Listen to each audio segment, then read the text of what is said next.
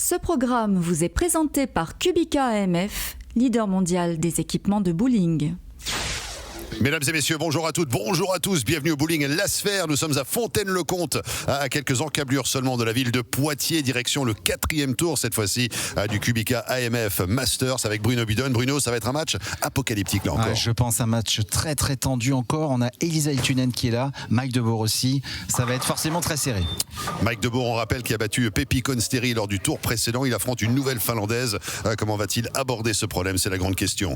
Bruno Bidon est prêt. Les joueurs et les joueuses sont en train de se préparer. Le public est prêt. L'arbitre Philippe Sionville est prêt. Et vous, est-ce que vous êtes prêts?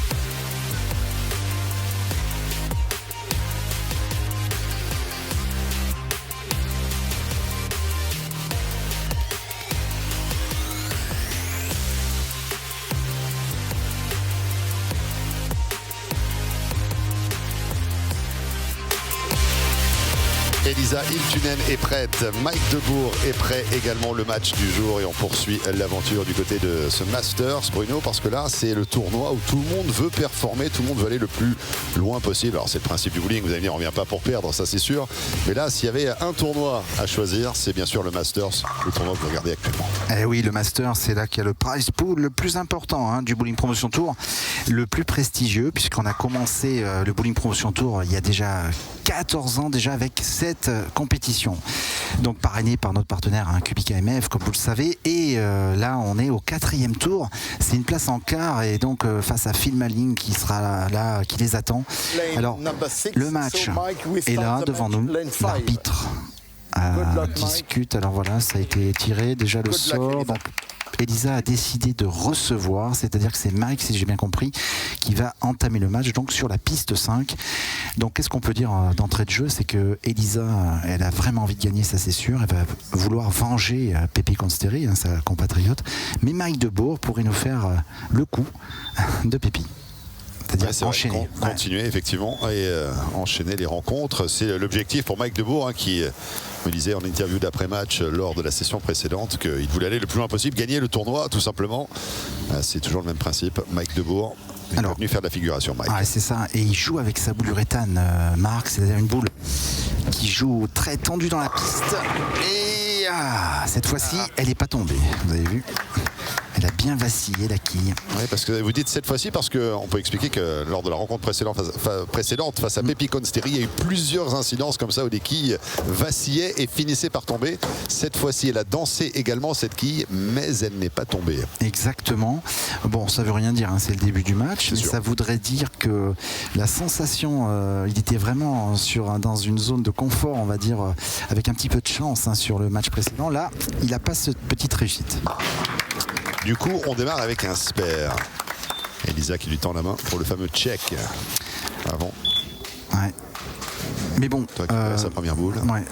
Je pense que Mike est très positif. Il a fait un très gros score, on l'a vu lors du 3e tour. Il a les pistes en main. Maintenant, Elisa, la première indication, je vais vous dire, elle joue avec une boule réactive. Elle est très très concentrée, ça se voit. Et je vais vous dire tout de suite sur la première boule si elle a choisi la bonne stratégie. À mon avis, non. À mon avis, non, Marc. À mon avis, c'est pas la bonne stratégie. Alors, est-ce que cette configuration, c'est la pire des configurations possibles quand on split comme ça et qu'on laisse 4-7, 6-10 Oui, mais en même temps, j'ai envie de vous dire, Marc, que c'est la première phrase. Ça veut dire que comme c'est une pro, elle va ajuster tout de suite. Elle va se dire, bon là, t'arrêtes, ça va pas. Le spare là-dessus, est possible? Elle peut le faire. Elle peut. Mais il faut jouer un peu fort. Alors j'ai l'impression qu'Elisa, elle n'a pas une très très grosse vitesse de boule. Et je pense qu'elle va le tenter. Je pense qu'elle va le tenter. Mais bon, c'est pas si rapide, vous voyez. Donc 2. Elle attaque avec une open. Donc bon, le match vient de démarrer. Donc on ne peut pas dire encore grand chose au niveau de qui va gagner. Mais ce qu'on peut dire, Marc, d'entrée de jeu, c'est que le choix tactique, à mon avis, n'est pas le bon. Alors si elle insiste avec la même, elle insiste. Elle part avec la même boule. Alors ça c'est bizarre, vous voyez, parce qu'une joueuse professionnelle, si elle sent que la boule n'est pas faite pour le huilage, il faut changer tout de suite. Elle ne le fait pas, elle persiste avec cette boule. Alors est-ce qu'elle va avoir raison? Est-ce qu'elle change de stratégie de ligne de jeu? On va voir ça tout de suite. un peu changé. J'ai vu. Elle a ajusté. Du coup, c'est la 10 qui reste. C'est mieux. Ouais, c'est mieux. Elle est montée au pied, si vous voulez. Nous, on le voit très très bien. On est juste derrière les joueurs. On voit tout. Ça, c'est très très bien pour nous. Et j'ai bien vu qu'elle avait pris 4 lattes au pied. Et ça fonctionne très bien. C'est-à-dire qu'elle joue quasiment au même repère, mais 4 lattes plus haut. Et ça change tout. Alors justement, le principe des lattes, on va pouvoir l'expliquer maintenant parce qu'il faut apprendre une chose au niveau du règlement et de l'installation des pistes. Il y a de nombreuses lattes que compose une piste finalement. 39 pour être précis. 39 lattes. Puisqu'on ne compte pas de la latte du milieu, Marc. Parce qu'on dit la 20e, mais en fait, il y en a 39. Et effectivement, vous bougez sur les pistes au niveau de la ligne de jeu de latte en latte. Donc, les grands champions le savent. On est à une latte près, finalement, quand on fait des positions de corps par rapport aux pieds, par rapport aux lignes de jeu. Et donc, on va dire que Elisa a bien capté, si vous voulez, elle a bien ressenti le problème. Elle a tout de suite changé dès le deuxième lancer, si vous voulez, elle a ajusté ce qu'il fallait faire. Donc, à mon avis, elle va revenir dans le match. Mais Mike... Il va peut-être revenir tout de suite, Mike. Ouais, Mike va peut-être... il continue. Sper, première frappe, strike derrière. C'est bien, Mike. Et juste pour finir la conversation sur les lattes, Bruno, c'est une question que je reçois souvent sur les réseaux sociaux. Est-ce que les lattes sont en bois encore aujourd'hui? Alors non, elles étaient en bois à mon époque, Marc, mais tout évolue, vous le savez. On est sur des pistes en synthétique, c'est des matières plastiques qui ont fait évoluer aussi le jeu, puisque les boules de bowling ont évolué en même temps. Là, vous avez Kenny Bio, bien sûr. C'est le leader du tour. Alors il est venu voir, je crois, un peu observer ce qui se passe. Kenny qui regarde attentivement ce qui se déroule sur les pistes, ce qui se passe. On le retrouvera plus tard, bien évidemment, dans le Master, puisqu'il attend lequel de ses joueurs viendra le titiller. Et malheureusement, Mike laisse une nouvelle fois la 10. Oui, alors pour finir l'explication, donc piste synthétique, boule aussi, évolution du matériel. On était vraiment en uréthane, mais la première gamme d'uréthane dans les années 80. Aujourd'hui, on est des coques réactives, donc il y a beaucoup d'évolution. Et tout ça, ça a permis au bowling d'évoluer aussi, puisque le matériel a évolué, comme dans tous les sports finalement. En effet, il y aura peut-être un retour vers le bois, puisqu'on a toute cette ère moderne où on est un peu anti-plastique, anti-traitement, etc. Oh, la rigole! Oula! Il rigole beaucoup moins là, Mike Debourg. Pas normal ça, pour un joueur de ce niveau, de mettre une boule dans la rigole. Alors là, c'est dommage, parce que, il faut bien évidemment éviter de faire ça, mais là, en 4e tour du Master, il faut surtout pas faire ça. Ça va relancer Elisa.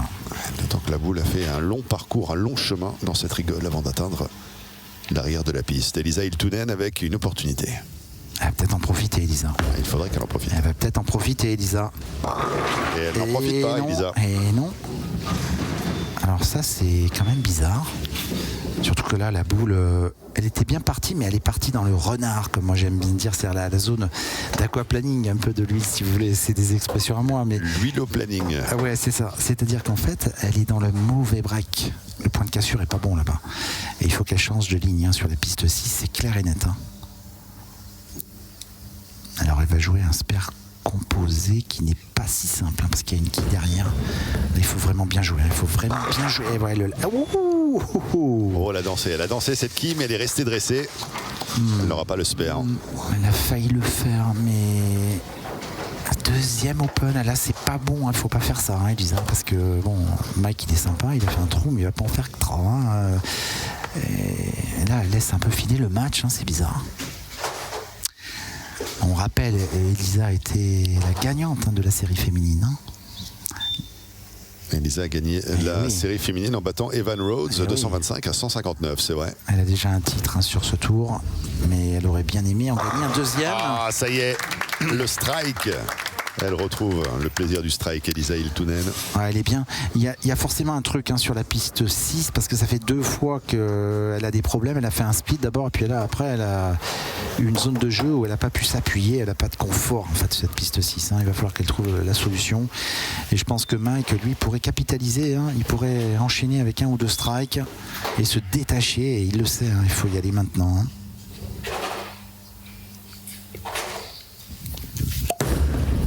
Il joue flèche 2.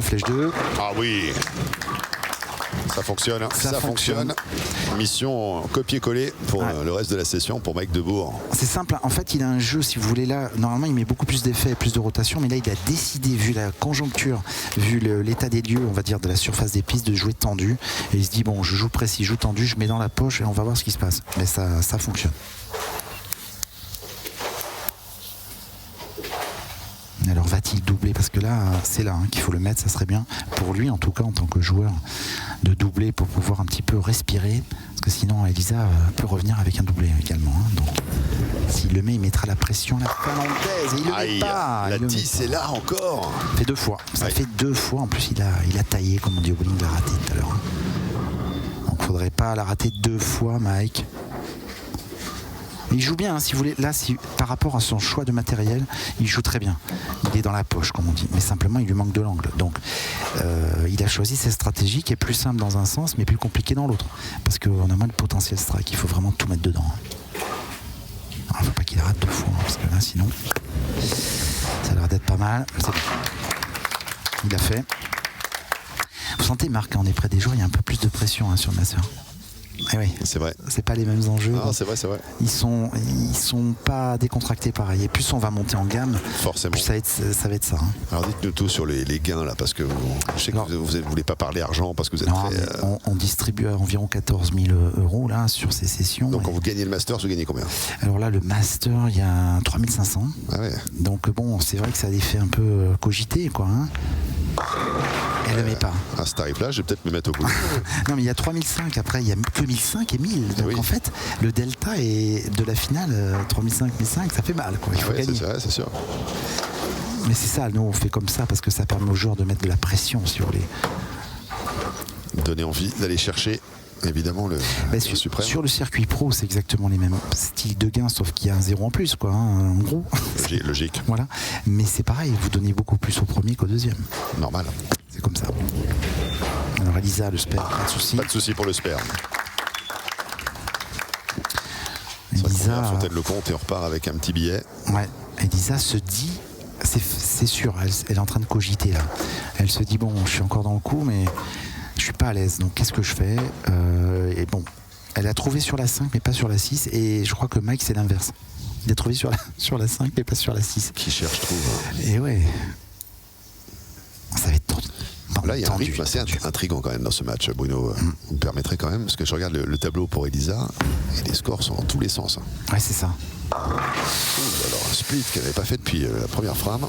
Alors, ouais, bonne remarque, Marc, parce que ce qui n'est pas normal pour Elisa, c'est une chose professionnelle, elle est très régulière, elle a beaucoup d'analyse, et c'est pas normal. Sur son premier lancer, elle a fait une entrée, alors on va voir le score dans quelques instants, elle a fait 6.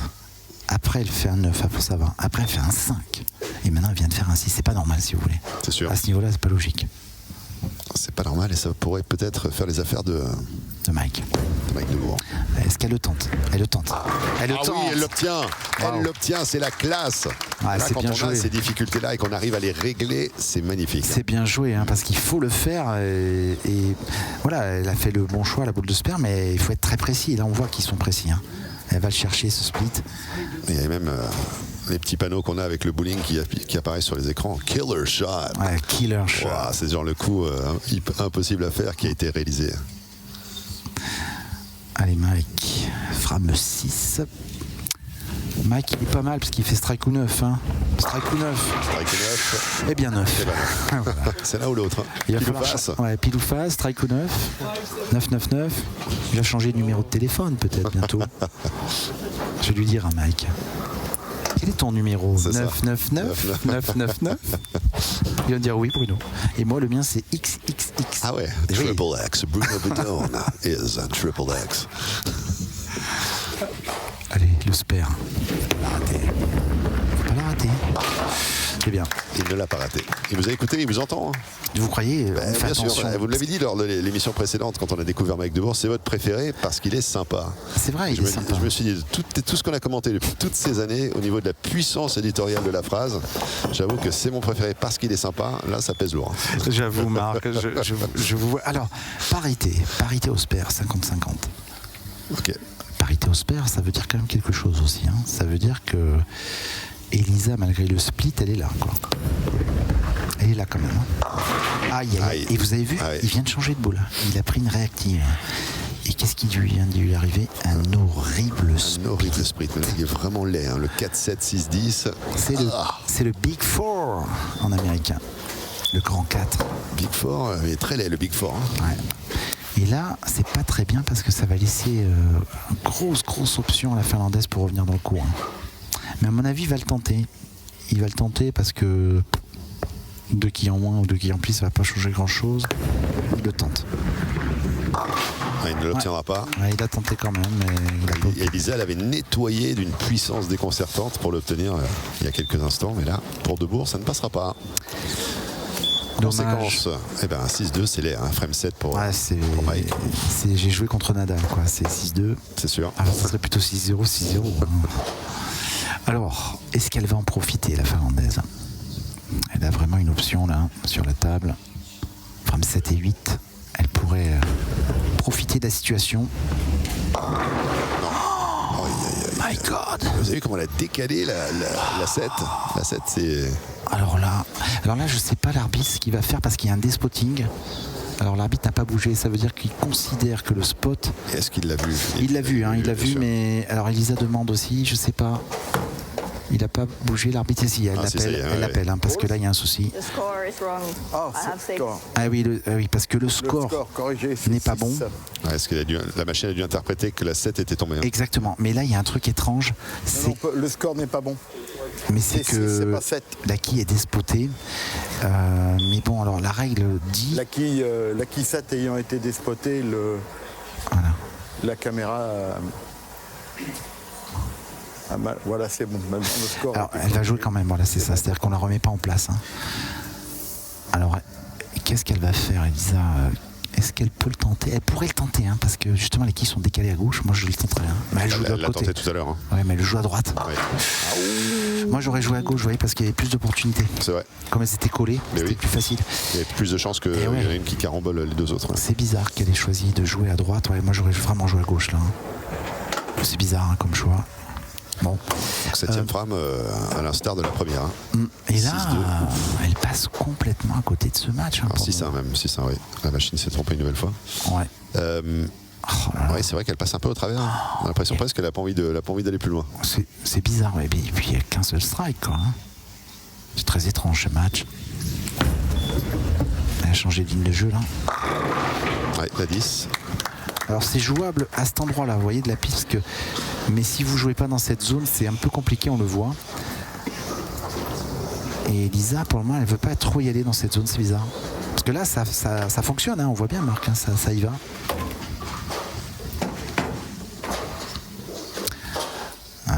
Bon, il y a 20 quilles, hein, on sait jamais. Mais avantage au néerlandais sans problème hein, pour le moment. J'espère. Pas de problème. Il reste 2 frames hein, dans ce 4e tour. 2 frames pour faire la différence. Et 2 frames pour convaincre et aller chercher une place en quart de finale où attend de pied ferme Phil Manning, l'anglais. On notera que David Barak est déjà en demi-finale et notre français Kenny Bio est déjà en finale. Kenny qui regarde d'ailleurs. Là, il y a Evan. Evan, ouais. Et Kenny est là, il observe un peu la situation. Evan Rhodes, qui était tombé en finale hier. Il a joué la série féminine avec Storm face à Elisa Iltunen. Oh, superbe ce Steel Reich. Merci Marc, vous m'avez réveillé. Mais là, il a joué avec une réactive, donc c'est bizarre parce que c'est très étrange hein, ce match. Il n'a pas gardé sa stratégie du début. Il se dit bon allez, mais bon à ce moment du match, il faut oser le faire hein, parce que il faisait strike ou 9. Donc moi je serais resté dans cette stratégie. Il a décidé de jouer avec la réactive. Bon mentalement il est fort hein, parce que faut oser le faire. Hein. Les frame 9, Foundation Frame, la frame la plus importante hein, au bowling. Elle est pas mal jouée. Oh, superbe. Doublé pour le. Quel festival. Pour le néerlandais là. Et là, on se rapproche de la ligne d'arrivée, hein, façon de parler. C'est ça. Il est au sprint, Mike Debourg. Va-t-il gagner cette étape? Réponse dans quelques instants. On va dire qu'Elisa est dans le peloton. Hein. Ouais, dans la roue. Elle a peut-être une chute et elle est retardée. C'est ça. En frame 9.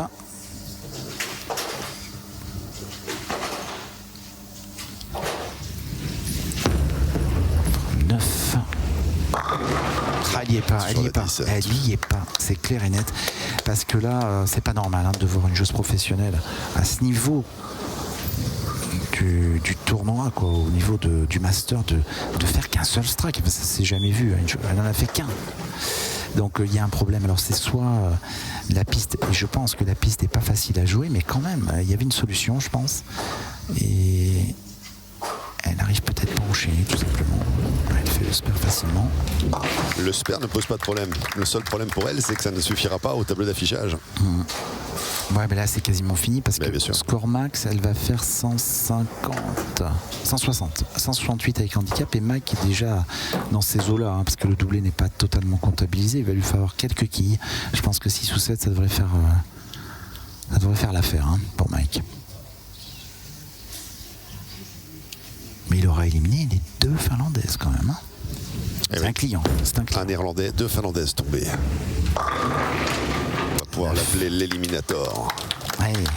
Après le Strike Minator. Eliminator. Elisa, c'est fini. C'est fini. Elle restera au 4e tour. Elle chutera au 4e tour du Master, de ce Kubik AMF Master. Mais c'est dommage, on l'aura pas beaucoup vu. Pourtant, on apprécie sa régularité habituellement. Ouais, elle aura fait un petit aller-retour, comme on dit. C'est-à-dire, je suis venu, je suis reparti. Un in and out. Up and down. Elle doit être déçue, mais je pense que elle avait simplement pas la solution matérielle, tout simplement. La boule qu'il fallait pour pouvoir passer le cap. Elle a joué avec le matériel qui était à disposition sur ce tour. Elle avait 6 boules. Et malheureusement, sur ces pistes aujourd'hui, il fallait peut-être une autre boule, et elle l'avait pas. Et on voit, ça fait 9. Vous voyez, à chaque fois, ça fait 9. Il lui manque un petit truc. Bon, on la félicite et elle passe à côté de ce match. Je pense que quand vous allez recueillir son interview, elle va peut-être vous dire plus de choses.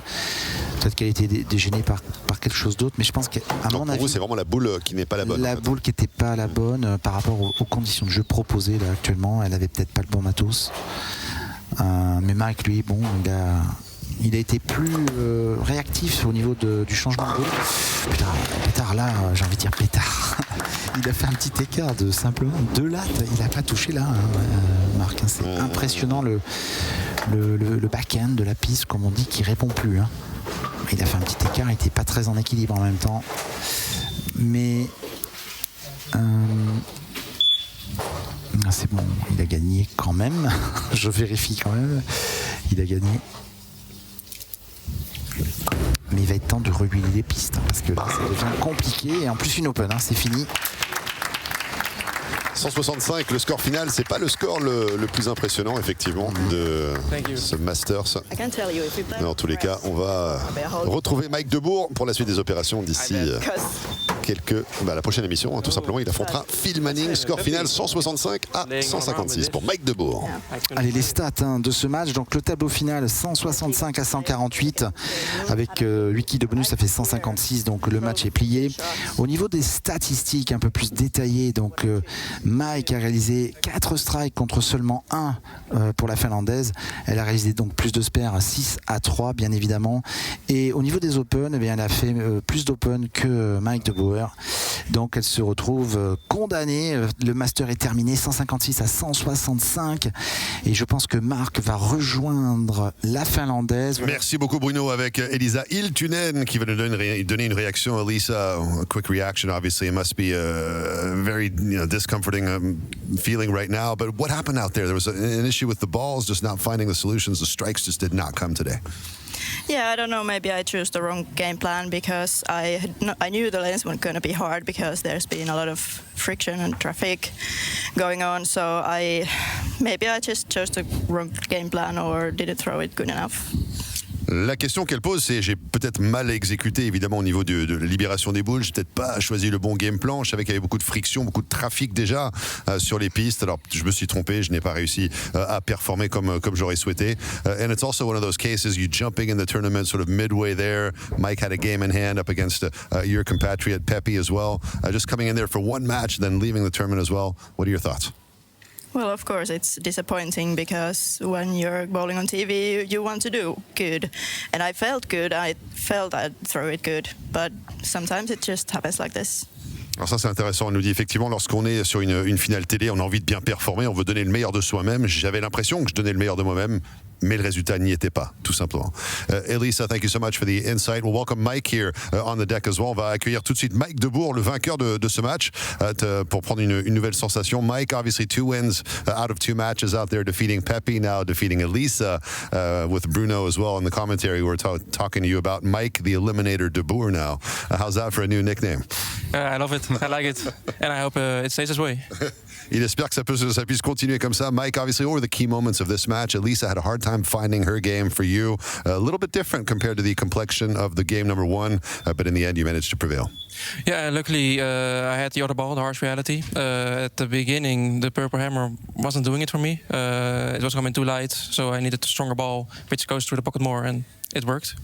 Ça sera le changement de boule qu'on notera ici en ce qui concerne Mike Debourg, qui aura été un petit peu l'élément déterminant de ce match, nous dit-il. En ce qui concerne le Purple Hammer, ça ne suffisait pas au niveau de la piste. Une fois qu'il a changé tout cela, modifié la donne, ça a suffi pour le porter jusqu'au V de la victoire. Dankjewel, thank you so much Mike.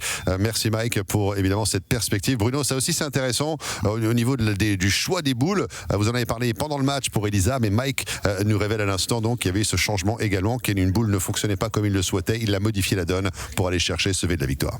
Et oui Marc, et très très bonne question d'ailleurs, c'était intéressant l'interview de Mike. Il a expliqué qu'il a décidé de changer de boule en milieu de match parce que sa boule ne lui permettait pas d'avoir assez de marge, et donc il a une stratégie, je pense. Et donc le match à suivre va être forcément très intéressant puisque Phil Manning est aux abois, on le connaît bien, il a fait plusieurs rencontres face à Mike Debourg. Donc on va avoir un super match, Marc.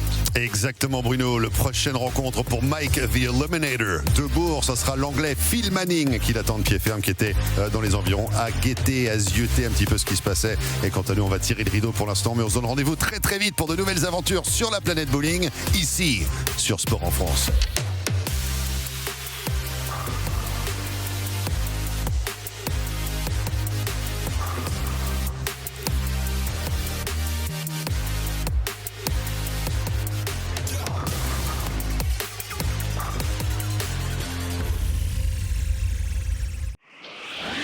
Ce programme vous a été présenté par Kubica AMF, leader mondial des équipements de bowling.